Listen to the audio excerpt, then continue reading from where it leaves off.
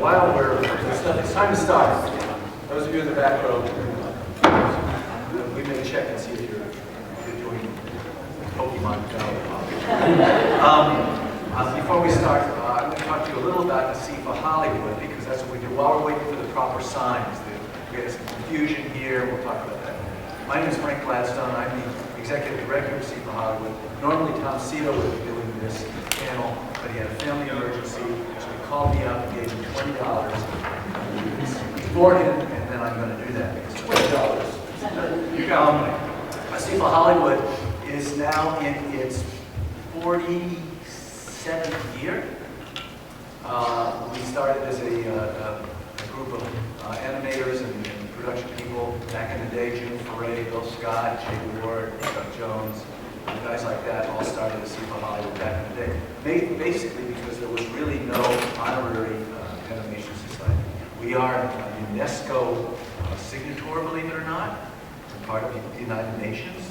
I know it seems odd, but we are, which helped us get our non-profit status.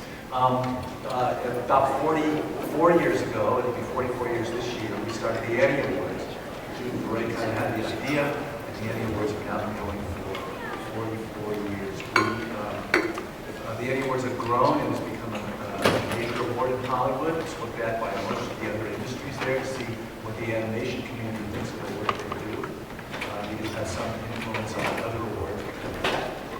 And it's grown exponentially. It is our biggest signature event, but we also do many other things. We have an Animation Aid Society. We help animators who fall on hard times. We have the Animation Educators Forum that decides education policy for accreditation, and also this is our second year of giving away about $35,000 in scholarships. We are also in the process of buying our own venue so that we will be able to have a theater and run animated films all the time. And we also have many screenings and so forth. If you're interested in being in ASIFA-Hollywood, you should be. We have a booth 1534 on the floor. Go down there. If you sign up as a member, whether you're an associate or a voting member, which is a pro membership, you get a cell from an old Ewoks episode. It's a real cell. You know? It's on plastic with paint. So you might want to do that, or at least come by and say hello. So that's enough about ASIFA-Hollywood. I hope you are a little interested. This is one of the two panels we do almost every year at Comic-Con. We're one of the early Comic-Con, one of the Foundation Comic-Con groups.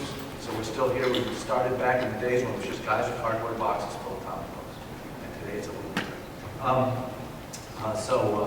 Now I'm going to run the cameras ready. I think they got the signs up. Did they get the signs up yet? No, it doesn't matter. It doesn't matter. I will say names and I will give you quick bios of everybody so you kind of get used to it. And I'm going to start at the end with Marlon West. There he is right there. Marlon West. Marlon is a graduate of Columbia College. He started his career producing film, believe it or not, for the Encyclopedia Britannica. Then health film, what I talked about. And then he moved to Los Angeles. He worked on music videos and so forth. Then was an animator on Debbie's Kids. Then he went to Disney, where he worked on some smaller pictures like The Lion King, Mulan, Tarzan, Princess and the Frog, Frozen, and where he was head of visual effects. Some of those, and an animator and others. And the latest one was Peace, I think he was head of visual effects. Yep. What are you working on now, Mark? I'm working on Moana right now. Moana, which is going to be out. It's only going to be here. Yeah. So there's Marlon for you. Now I'm going to introduce the next person. I'm going to try and say her name correctly. Camille is easy. Kanengiser. Go ahead. Kanengiser. There it is. Kanengiser. Yeah.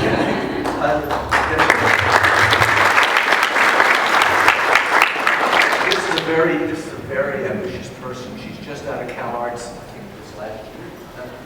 2015. There you go. USC, I'm sorry. Co-founder and CCO, Chief Creative Officer of Freedom Labs. Freedom Labs is a virtual reality content company. And as we all know, virtual reality is everywhere, even Pokemon. And she's spoken on various panels throughout the industry about VR. And is part of the development and design process, and is an active member of many of the women in technology groups groups in Los Angeles. Did women in animation? You remember women in animation too? I've got some. She's going to know. So we'll be talking about VR today. And then next on the hit parade is Eric Ramsey, Peter Ramsey. Funny is, his brother is Eric. And then, never mind, it's a long story. Peter Ramsey, there he is.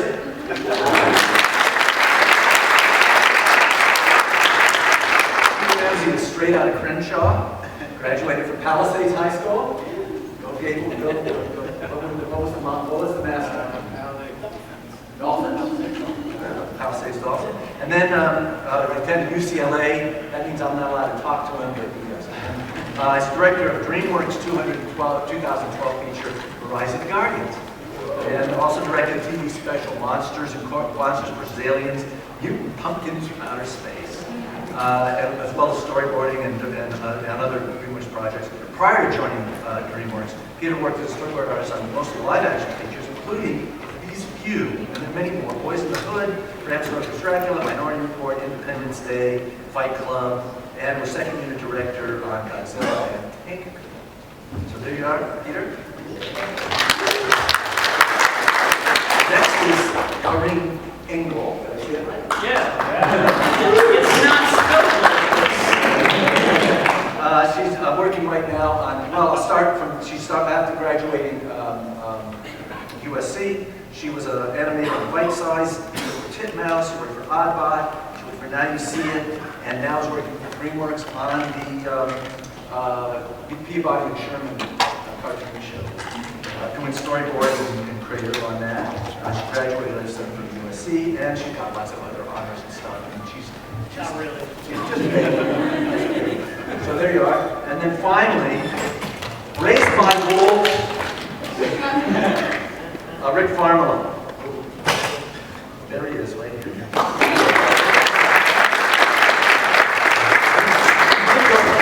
For a while, right? I drove by CalArts. Drove by, kind of went there, but then immediately got a job offer to work at Filmation. And he worked on such shows as Fat Albert, Mighty Mouse, Tom and Jerry, Flash Gordon. Became an assistant at Disney on their wonderful Black Cauldron movie. Oh, yeah.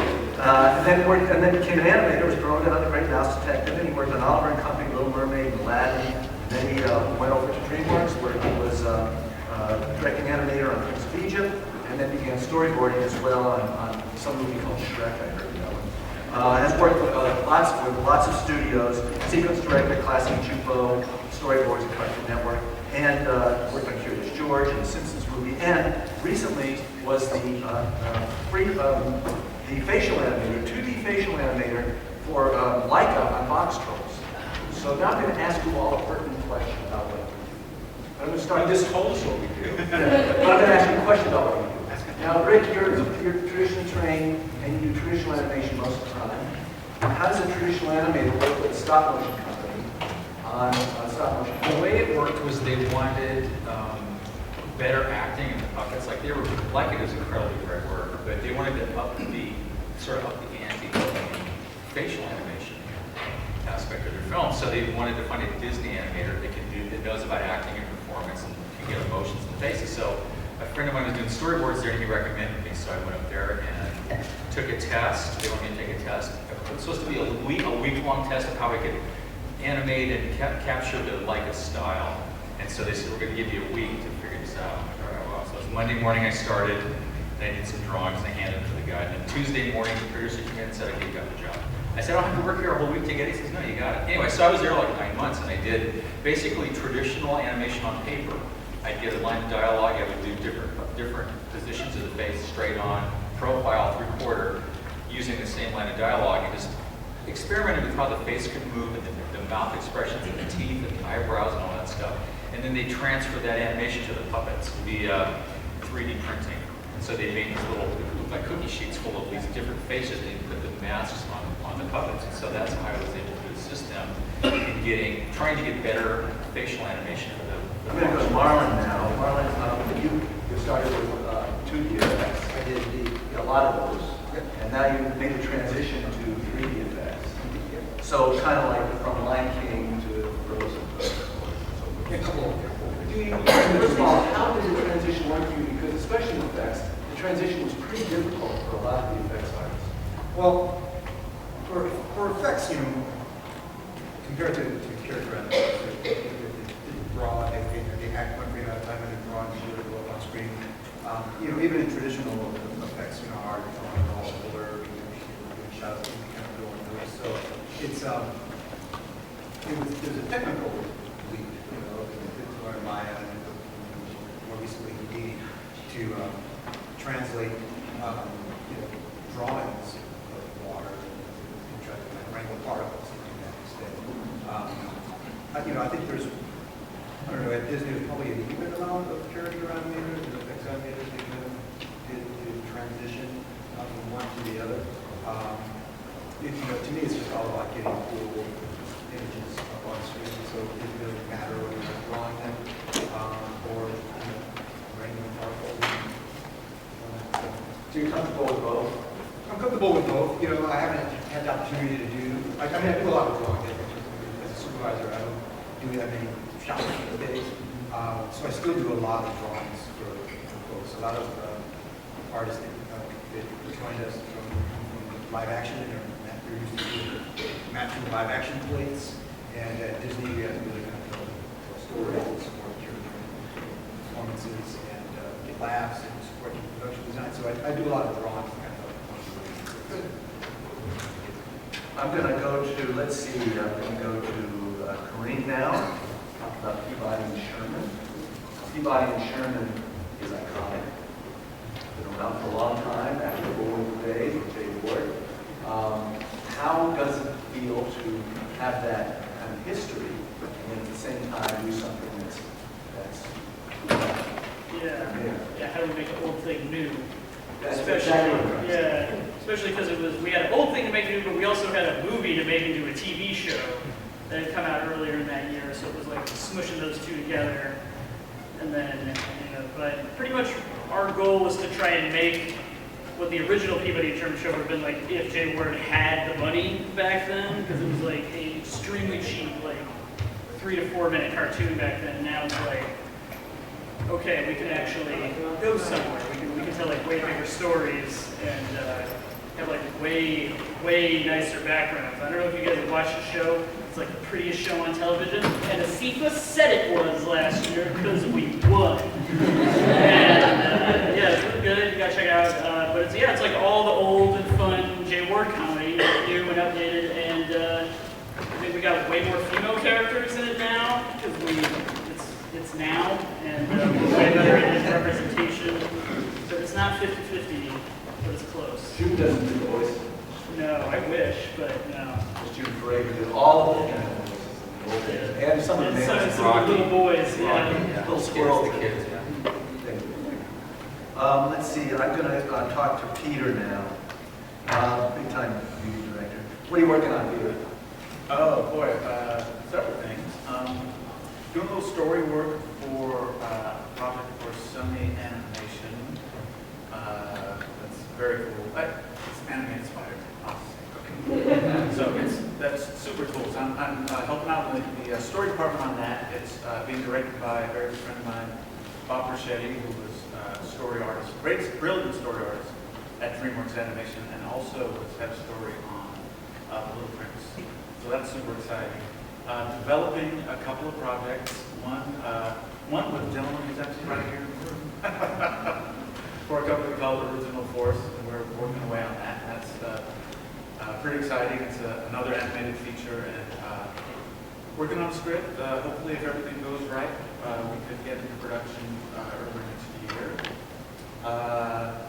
Then another animated thing that it's kind of the life of the itinerant animation director. You're always like working on 3 or 4 different projects at a time. So it's like there's literally like 2 other things that are in very early stages. So just kind of hopping from one to the other like a little honeybee. That's actually part of the state of the industry. That it is, especially nowadays. Yeah. With everything kind of fragmented. When I came in Dinosaur here, there was still the possibility of working for one studio forever. Yeah. It doesn't happen. Marlon's probably the longest in the tooth has been working at a given single studio here. Generally speaking, in today's world, you're a gypsy. And I have one more question for Camille. You know, it's a big deal now. Nobody knows exactly where it's going to go or how it's going to go, but it's a big deal. So, in your small group, you've been very brave and breaking out and trying to figure out what to do. I know you're working on something called Elementera. Is that right? Yes. Is that one right? Yep. What is that a game? It is, yeah. So Elementera is a world-building creation game focused on empowering the user and inspiring individual creativity in a virtual space. So we let the player use motion controllers in a VR headset, and they're able to fully interact with the space around them, including the terrain, the plants, the creatures, the weather, everything. So there's a little bit of a question to everybody. And now I'm going to ask a general question, and you guys can answer as you will. The first one is, which is always the same question, is the business healthy? And in that context would be, is the business more healthy than it was 5 years ago, 10 years ago, last year? What do you think? Is the business healthy? Yeah, I think you have to say, yeah. I mean, look at the top grossing movies this year, probably this decade, practically, are animated movies. See, like, They always, animated films always make the most money whether live action or animated films make the most money consistently. Not every single movie, but yeah, they're like money makers. That's why everybody wants to. These new companies are popping up all over the place. They all want to get a piece of it. If you add up all the movies that get nominated, like at the Annies, all the best movies, they made way more money than all the Oscars. And there's usually 10 Oscars, but there's only 5 movies in the Annies, and those are them alone. I never thought of that. Yeah. And I'm the executive director. But you know, I think beyond just the Hollywood of it, there's also been this kind of explosion in technology that, you know, you go online, go on the internet, that's like, you know, kids in school are doing stuff that's like every bit as good as, you know, seasoned pros have been doing for years. And then there's platforms like, I'm involved with this group called Nimble Collective. And There's Rex's group. Rex Freeman started it, and it's basically kind of a cloud-based collective animation studio where people get ideas. You can, sign up, check these guys out, and get to work with kind of professional level materials, professional level people in some cases, and it's just part of this kind of democratization of the medium that I think. Fantastic. They're not the only ones. There's other people doing the same kind of stuff. But all over, I think, whole new avenues of creativity and ideas are coming out. And I think the collective has like an infrastructure platform, so they've got Yes. rendering and everything is the tools you need to Yeah, work. it's like almost having your own studio, but not having to be a studio. Check them out, nimblecollective.com, and they're just really nice. Now, how about the business in town in Southern California? Because things have changed. We just saw Careen get purchased. Who knows what's going to happen? If any of you know, you can swing on us. Right now, we want. We all got tickets to go to Universal Studios once a year. So, What about the free?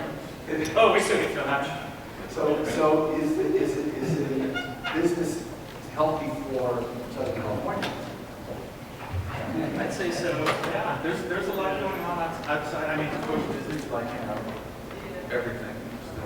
But there's a lot of small. The big studios continue to do well, but there's also these little, like, theaters doing stuff. They're all doing stuff for smaller studios now. And you get to work from home, and they're LA-based studios, but they're not conglomerates yet. They're just little studios, and you can work from home, and everything's digital. You send in your work, and it's just like they just keep popping up all over the place. Because there's no overhead anymore like there used to be. You don't have to buy a big building or rent a big building like Filmation or whatever studio used to do that. But they're like they have little office and they're having fun. That's a studio, and everybody works global. Not to mention just across the board.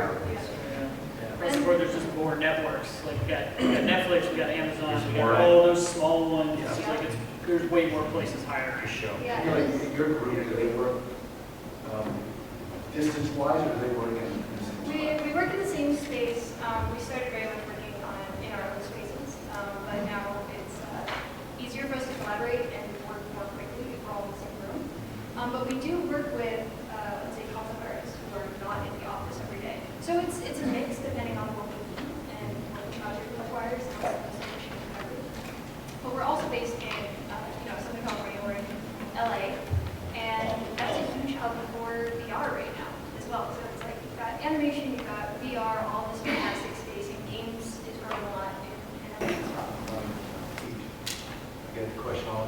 hand-drawn dead. And I get this a lot from students who want to hand draw. The computer is a given, and you're going to learn that now. But is hand-drawn dead? What do you think? Well, Marlon, you said that you use it all the time, even now. I still, I still draw. I don't do shop. Actually, I am doing some like hand-drawn, like sparks and lightning, and a lot of it is actually over like scenes. Do a lot of drawings to suggest what we're looking for, things like that. They can, without putting too fine a point on it, there is some like, there's a very substantial hand-drawn element to Moana with it, in a CG film. We don't presently have like a full-blown traditional hand-drawn film, obviously, anytime in the not too distant future, but things can change. And, TV is all still pretty much, hand-drawn. There's not. Yeah, Stephen and Sherman's got, like, we're a flash show, but they hand draw so much extra stuff for every episode. It's like, they're doing it on the, like, it's hand drawn, but it's on the computer. It's like, you have both. Yeah, that's what I was going to say. I still animate on paper when I traditionally on paper that people want that, so I do it. But there's also considered hand drawn as like TV Paint. Yes. Flash is a drawing program. Toon Boom is, you're still drawing. I mean, there's different ways to draw now. It isn't strictly on paper. There's different ways you can get your drawings done. And storyboards are still being drawn. I work in Storyboard Pro, but I draw them. So I don't think 2D is ever going to die. It may never get to the heights that, back in the 80s when I was working at Disney and Mermaid, movies and all that stuff. I don't think it'll ever get to that point again. But I know about 3 or 4 hand-drawn animated features being developed right now. So I think it'll always be around in some form or another, whether it gets to be big like it was, probably not, but it'll still be around and people still seem to want to see that hand-drawn when I do a lot of conventions and stuff. And people are like, I love the drawing animation, why don't you guys do that? It's more emotional. And I mean, they don't quite know what they're saying or what it means, but they know they like the drawing stuff. So I think there's always going to be the want and the appreciation for drawing, hand-drawn animation. So I think it's always going to be around in some form or another. And it's pretty accessible online. I mean, channels like Moderator, for example, it's like they put out a lot of hand-drawn style work. And I mean, for us, we still have hand-drawn like test animations because it's so easy to work through. And actually, there are some VR experiences or AR experiences that use 2D in them. So Google put out a really sweet video called Win the Day. It's about a little mouse, and it's 2D, and you put your phone around and follow it in the screen. And Glenn Keane also did VR flat screen, right, duet. So it's still alive and well, and I think it'll, like with everything else, it will adapt into Disney. Years ago, I had dinner with Ray Harryhausen. I wasn't even know who that was. 2 weeks after Jurassic Park came out, and I said, Ray, what do you think of Jurassic Park? Wonderful, so real. I said, but what do you think about it for stop frame? This is the other question. And well, what's it going to do to stop frame? Which is what he did, was that we're just in that, just the Argonauts and all that, original classic titles. And he went, well, I think all the stop motion animators in the world should find a high mountain and jump off. And he was right about his film, his kind of movie. That was over. But it wasn't over for stop frame. For some reason, stop frame, which you could easily mimic with CG, has somehow managed to get bigger. Tim Burton still likes doing it. He likes doing it the old-fashioned hand drawing. Leica still, these guys are out on the sets, hand moving these guys, their arms and their heads. I mean, they use CG for effects and stuff, and some of the more mechanical things, but they're basically it's hands-on stuff. And that's Tim Burton still likes doing hands-on stuff. So crazy, but they're still around. And we've kind of touched on this a little bit because we've all talked about the importance of drawing and the usefulness of drawing. What is your advice for young people who want to start out in this? If you have one bit of advice, what would be your advice for young people who are trying to start out in any discipline? Maybe Peter start because I don't have to put on the spot. What would I say? no matter what discipline, whether you want to be a story artist or an animator or a writer for that matter, or a biz dev person, read. I'd say immerse yourself in story, because no matter what you do, it's all going to be in service of telling a story. And there's so many discussions that that as a director I have to have with everybody on the team to make sure that everything's focused on the same vision, on the same story beats, on the same themes, all that stuff comes to bear. So that's, no matter whether you draw, you paint, whatever you do, make sure you've got a good grounding in what it means to tell a story, what character is. Just know that it's going to help you so much. It will make your job so much easier, I think, when you have something to shoot for, and when you kind of have to know the lane you're going to swim in. And the other part is develop a thick skin and don't give up. Just keep going, keep going. Just take your rejections, learn from them, just keep going, and eventually you do it. If you last long enough, you'll make it. Right. How about somebody else, another idea? I would echo what Peter said, and this sounds kind of really super obvious, but be really good. And what I mean is put the work in to what you want to do. There's these are relatively competitive jobs that we have, and a lot of people who want to do it, and it's hard. And so if you're dependable, you're actually a reasonable person to deal with, you know a thing or two, and it pays to really try to excel at it. Not to expect to learn on the job, or something that's kind of vaguely half-assed. It's not going to really kind of cut it. So I would say go all in. And there's a song from the film The Harder They Come that has a lyric on, you forget it if you really want to do this, try. And like a lot of songs, they repeat the same lyric over and over again. But I really kind of cling to that particular lyric because it says try 6 times and you succeed at last. And you're going to get some knocks, especially in this rank, but it might be general. But it pays to really try. I hear it. I'm going to ask the younger part of this panel. So, That lets me out. yes, it should. Both of those are 100% true, but then on the shallower end of the advice spectrum, this is good for everybody, but especially if you're a board artist, study perspective, and if you can take a perspective class, do it. Because when I was starting out, I'll just take a class, at the animation guild or something like that, it'll be easy. I was literally using stuff I learned the night before, the next day of work.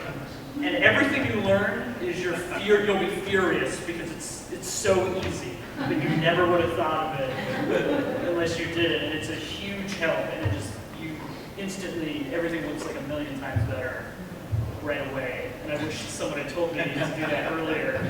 Perspective is not shallow.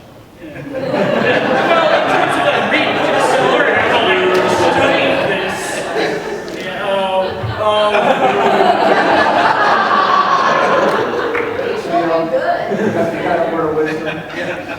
So on the VR specific front, that's kind of nothing. I'd say get out there and try as much as you can. It's definitely one of those mediums that you really have to give it a shot to fully understand it.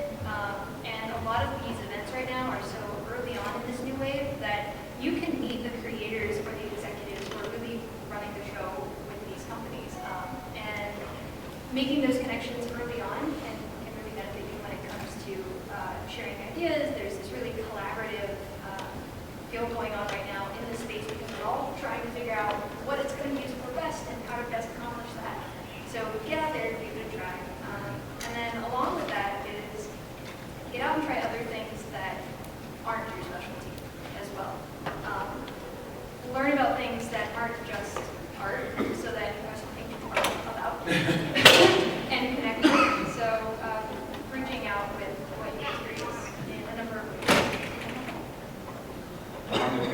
So Rick, Back to the old anime things.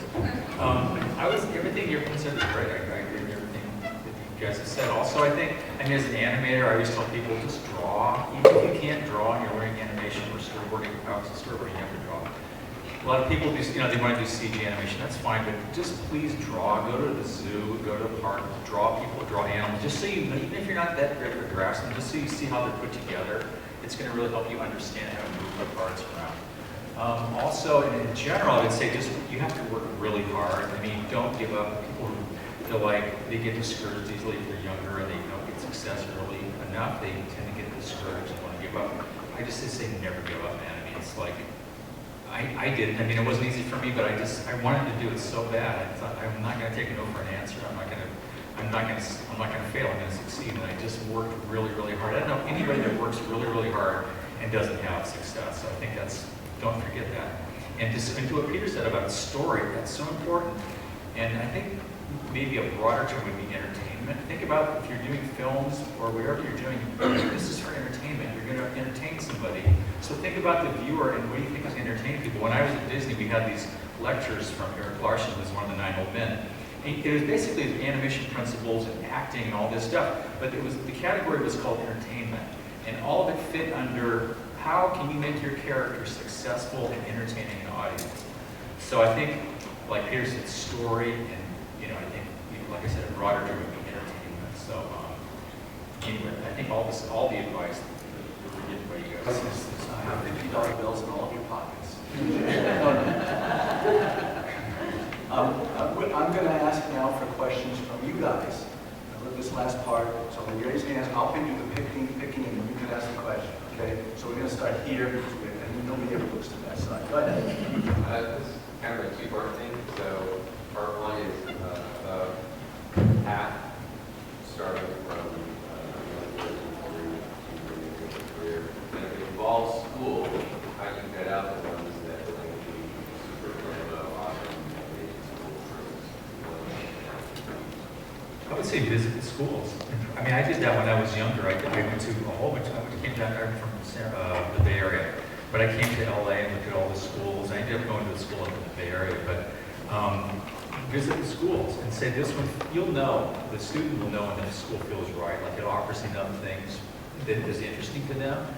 Cal Arts was really, to me, was exactly what I wanted. I ended up not going there. I started working, like Frank said, I actually got a job before I could start school. But go take your son or daughter to the schools. Write them a course and find out what the curriculum is. And take them personally to the schools, and you'll get a real feel for what they offer. And in addition to that, there's also in some school series the opportunity to take individual classes, and so that can give them an idea of what the curriculum is like, what the teaching style is like, what the priorities are for each particular program. So, like I had tried to range from Cal Arts to USC as independent classes. That's kind of what led me in the direction of what I was doing. I do a lot of teaching, a lot of schools. I suspect the schools that don't offer any drawing. Some of them, we're going to teach you CG and you're going to get out and get a job. Those are the ones you run from. But also make sure that the school teaches CG as well. So you can need that in today's world. They have the traditional courses first, and then the computer courses after, and then they have film courses and story courses as well. And especially, as Peter said, there's some literature involved. So there's some reading involved. Anything that teaches theory or how to make stuff, that's good because you can't get that just anywhere. Like schools that really only appear to be offering software training, you can teach yourself software. So it's like make sure if you're going to school, try to look at the faculty, see what their resumes are, and then like if they look legit, they probably are. And anybody who can teach you like the fundamentals of telling a story, or just the fundamentals of storyboarding or something like that. But if they're just like, we can teach you Flash, it's like you can learn Flash on your own. It's pretty easy. Yeah. The internet is an amazing place. Oh yeah. I just say, you look into who their alumni are too. Yeah. If they got graduates that have jobs. So there you go. That was helpful. I'm going to do you, and then I'm going to come to you afterwards. Go ahead. I went into animation writing as a second career. I was a school teacher for 11 years, a master's in education. Do I need to go back to school For writing? for writing? How good are your scripts? Pretty good. I'm working with a writing group out of Burbank. It wouldn't hurt, you know, to take a writing class. There's a lot of good. Yes. It's always Night been classes, there's UCLA's because of the writing class. I mean, I would, if you don't use it, you don't use it. You know what I mean? I think it's good. Learn as much as you can. Whatever gives you an edge, a step up to doing what you want. Absolutely. You also might need some good people to meet if you Exactly. go back to Yeah, school. to get connected and meeting fellow classmates and who they're connected with. That's It's awesome. very, very helpful. Sometimes. Instructors, yeah, so the class can be useful, and it might be that the feedback that you get or the connections that you get through your classmates end up being really, really valuable to you. It's good to be forced to put your work in front of other people. Yeah. Just like drawing. Go. The last big thing that came through in animation to me is computer generated. Do you have any idea what's the next big thing? Do you guys have any guesses as to what's coming up? VR. Yeah, I heard to VR. Yeah, I mean, I guess VR utilizes a lot of the CG and techniques and pipelines and workflows that film and gaming already uses. So in that respect, making it, while it has some design differences, isn't that different on a very technological level. But the way that people experience it is so different, and it's a new medium, so it has a lot of opportunity to be used for a lot of people. Yes, over here. So it sounds like most of the work animation is in LA, but are there any other cities or markets that you think would go to? Yeah, if you're talking worldwide, there's a lot going on in France, there's stuff going on in Canada, Montreal, London. The model is kind of breaking apart from being like a Hollywood-centric model, because honestly, a lot of places based here are farming out work to places in, whether it's China or, I was working on a project in 2015 where we were going to do it with, or we were doing it with an effects company based in London. We're almost going to do it with a place based in Beijing. So it's like there's so many different places, different places in the States as well. Especially if the job is the actual animation. Yes. It's pre-production and post-production. That's like a lot of that's here in the A lot of United that's- States, but like Canada's exploding right now. That's where Peabody and Sherman was animated. It was really cool because they were in the same time zone as us, so they were in another country, so it was fun. They did really good work, but yeah, like China, France, in the Middle East is like having like a renaissance right now, something like that, where they're having their movies coming out, and it's all over the place. There's a major studio in Dallas. There's Atlanta. Atlanta's starting, New York has always been around, and it's getting healthier. It was pretty golden. So I did a picture about a year ago in a small town, a smaller town in India, I don't know Mumbai, or in a small town called Careen. And you never heard of that town. It has a huge studio there. There's a lot of Disney work. And also in Northern Europe as well, or Northeastern Europe, like Sweden. I know they have a large games animation production type of hub as well. So our publisher, Starface, is from out there. And I think just the industry is right now, especially in entertainment, is cool. So, and especially with the opportunity to work remotely at a lot of places, makes it so that it should be accessible. I feel bad if I don't say it. The studio that animates Peabody and Sherman is DHX in Canada. I didn't want to just say got animated there and then not say the studio because they're great. They are the best. They're super cool. We'll send that clip to them. Yeah.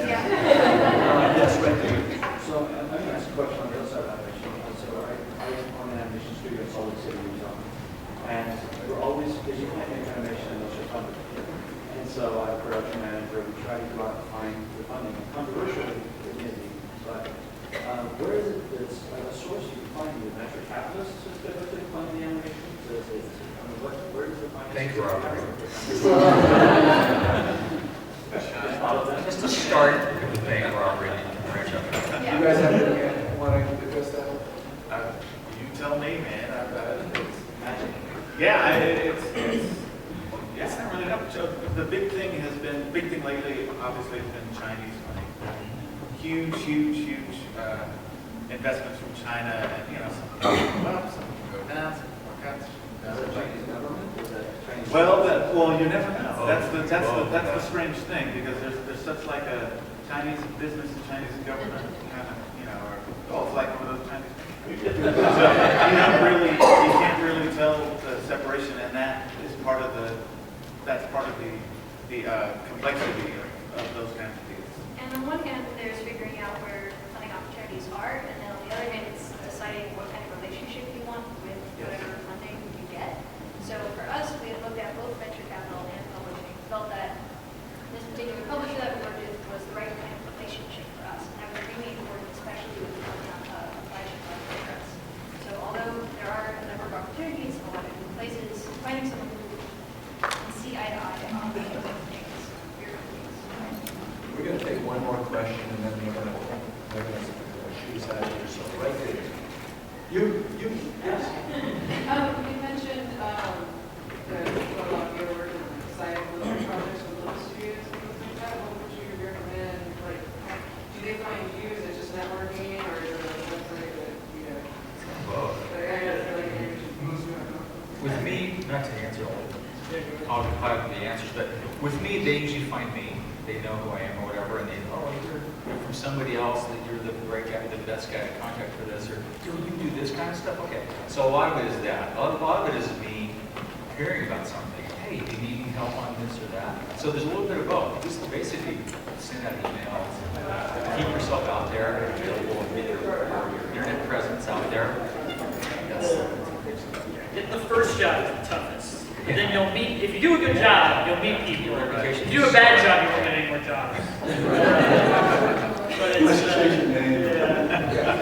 it's pretty much all the jobs I've gotten have been for the most part through people I've worked with before. That's typically how it goes. You establish some kind of profile for yourself. People know you. You have a reputation. Word gets around, and it's a relatively small industry. I mean, ask anybody here. It's like everybody knows everybody. Yeah. 1 degree of separation. Speaking of 1 degree of separation, how's this for a segue? Let's have 1 degree of separation for our panel. Marlon, Neil, Peter, and